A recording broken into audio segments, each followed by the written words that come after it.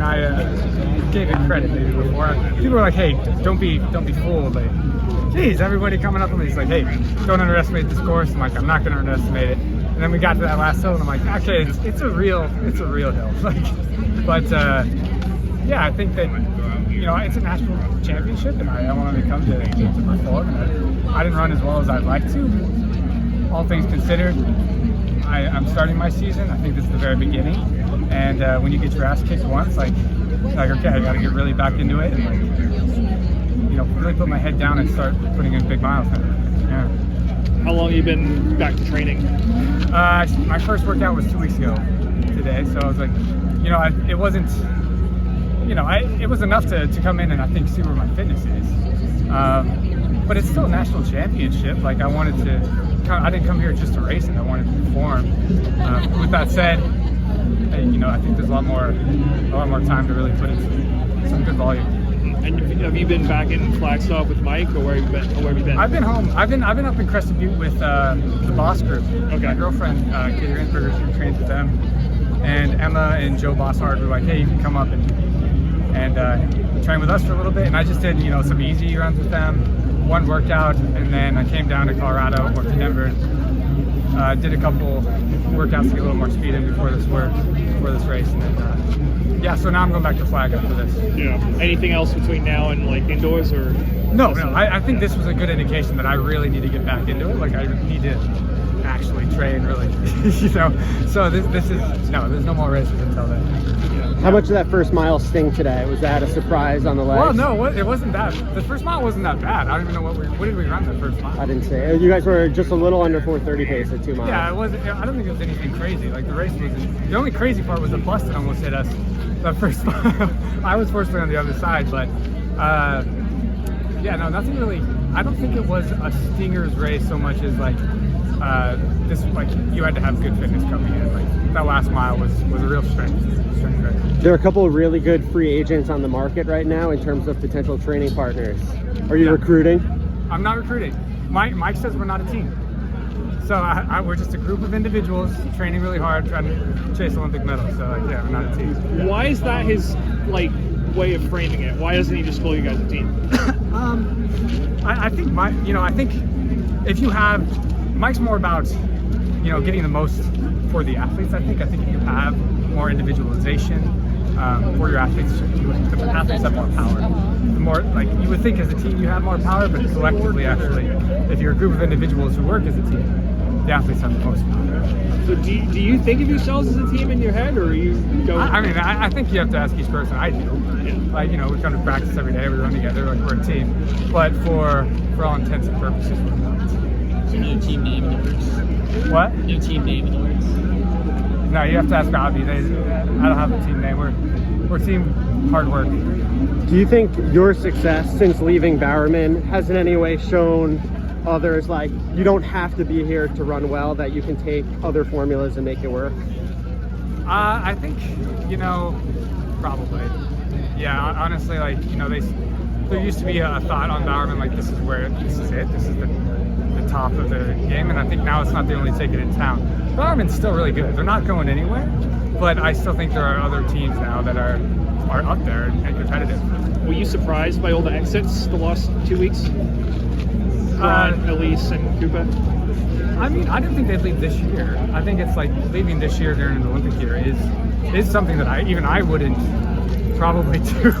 But I'm not surprised that people are leaving at some point. Yeah. Do you think it was just a move to Eugene? No, I think that you have to look at the people leaving. The people there are really happy. I talk to the people still, and everyone's still very happy. I think every person had a different reason for why they were leaving. And you look at the people, Grant's even on the older side. Elise is on the older side. I'm on the older side. These are older people that are generally leaving. Yeah. Generally. Yeah. They're coming into their prime. I would argue they're in their prime, right? Yeah. I'll give you that. Yeah. But I think that each person had a different reason. I've talked to each person, and all of them had valid reasons. Yeah. What do they have to say? We haven't heard anything. I don't know. You're the first person remotely ever Bowerman affiliated that the media has heard anything from. What do you mean? Since everyone has left in the last couple of weeks, we haven't really heard anything. Well, So you're I the think- first opportunity we've had I'm any not insight. Bowerman. I haven't been there for a year. I wish I could tell you guys what's going on. I don't know. I haven't been there for an entire year, so you're asking the wrong guy. But I'll tell you what I think. I don't know. Yeah. What do you want to know? Well, I mean, we're just curious, like, why they're leaving, because we've heard these Instagram statements, "I'm gone," and I wish they've been I low on wish I could. specifics. Like I said, I've kind of just been focused on Mike and his group. I really don't know. Like I said, I was surprised they were leaving this year. So I was like, I don't know. Yeah. I kind of have an outside idea, but I can't really speak to it. Yeah. All right, back to what you Yeah. what you Kincaid, though. I'm curious, like, what are your thoughts on your 2023 season, track season? How do you think it went for you? 2023. Yeah. I think that, for most of it, it was really good. And even that 10,000, I think I did, I think I overtrained a little bit going into that 10,000, and I think I ran well for where I was, even getting 11. So that, I think how I finished the season, I've learned a lot from. I wasn't really happy with the end. But there was a lot of things I took away from it. Like, I could train really well on my own. I could, I trust Mike's training.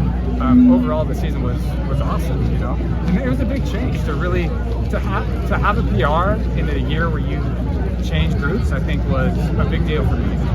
Do you regret doing the double at USA as opposed to focusing on either the 10 or the 5? Well, it's hard to say because this year I'm probably trying the same thing, but I have 10 days between. So I can't be like, yeah, I regret it, and then go do it this year. But no, it's the meet structured differently because Yeah, I'm thinking, like, you show up to Worlds and you didn't run maybe as well as you wanted in the 10K, and you're thinking maybe if I was in that 5K things would have gone better. Like, does that cross your mind? Yeah, I think so. Because I think, especially last year, I was in better 5K shape. With that said, I think I learned in the 10K, I can be really competitive on the world stage. And there's a piece of me in the back of my mind that thinks I probably could be the best at the 10K if I could really get better at racing and getting all the conditions correct and all those things. So, yeah, maybe I would have done better in the 5, but in some ways I'm glad I just did the 10 and was able to just focus on that. And I think that I have a chance to medal in the 10,000. So, yeah. What tells you that? Intuition, I guess. I also, I'm not blind to my strengths. I have a good kick. You need to have a good kick these days in 10,000. You need to be able to run a 53 in hot weather with humidity, And I think if I train for that, I can run that. And I have a really strong engine. I always have. So if I have the tools to do it, I can run through a brick wall if I have to get to the end. But yeah, everything's there to do it. I have a good coach, I have a good team, I have the strength behind me, I've had the experience, so I think there's a chance to do it. I really do. Will we see you indoors? Huh? Will we see you indoors? Milrose or anything? I don't know. I mean, I EU? was just talking to Ray Flynn, who's an agent in the sport, and he runs Milrose, I believe. He wants me to do it. I just talked to him this morning at 6 a.m. But it really all comes down to is like where am I focusing my energy this year? I like to race. I'll probably race indoors, but I can see myself really focusing on that 10K and knocking the standard out. And then I'm like, all right, I'm going. If I can get under 27, if I run 26:50, hopefully, then I'm like, all right, I'm going to Olympics. I'm focusing on that, right? Thanks, buddy. Appreciate it, Woody.